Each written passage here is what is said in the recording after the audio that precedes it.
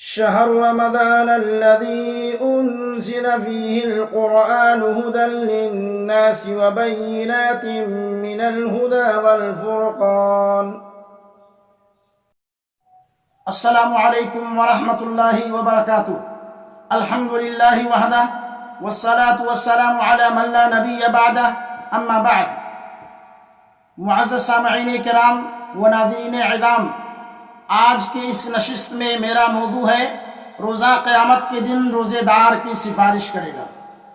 قال رسول اللہ صلی اللہ علیہ وسلم قال الصيام والقرآن يشفعان للعبد يوم القيامة. يقول الصيام أي ربي منعته الطعام والشهوة فشفعني فيه، ويقول القرآن منعته النوم بالليل فشفعني فيه. قال فيشفعان رواه أحمد والطبراني. اللہ کے رسول صلی اللہ علیہ وسلم نے فرمایا، روزہ اور قرآن قیامت کے دن بندے کے لیے سفارش کریں گے. روزہ کہے گا، اے میرے رب، میں نے اس بندے کو کھانے پینے اور اپنی خواہشات پوری کرنے سے روکے رکھا، لہذا اس کے بارے میں میری سفارش قبول فرما. قرآن کہے گا، اے میرے رب، میں نے اس بندے کو رات قیام کے لیے سونے سے روکے رکھا، لہذا اس کے بارے میں میری سفارش قبول فرما. چنانچہ دونوں کی سفارش قبول کی جائے گی.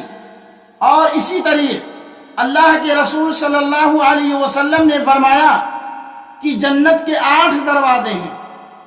روزے دار کی فضیلت کے سلسلے میں اللہ کے نبی نے فرمایا کہ جنت کے 8 دروازے ہیں، ان میں سے ایک کا نام ریان ہے، اس سے صرف روزے دار ہی داخل ہوں گے، دوسرا کوئی داخل نہیں ہوگا. لہذا آخر میں اللہ رب العالمین سے دعا ہے کہ اللہ تعالی ہم تمام مسلمانوں کو روزہ رکھنے کی توفیق عطا فرمائے، اور اللہ تعالی ہم تمام مسلمانوں کو باب ریان سے داخل ہونے کی شرف قبولیت عطا فرمائے. آمین یا رب العالمین. وما علینا الا البلاغ. والسلام علیکم ورحمۃ اللہ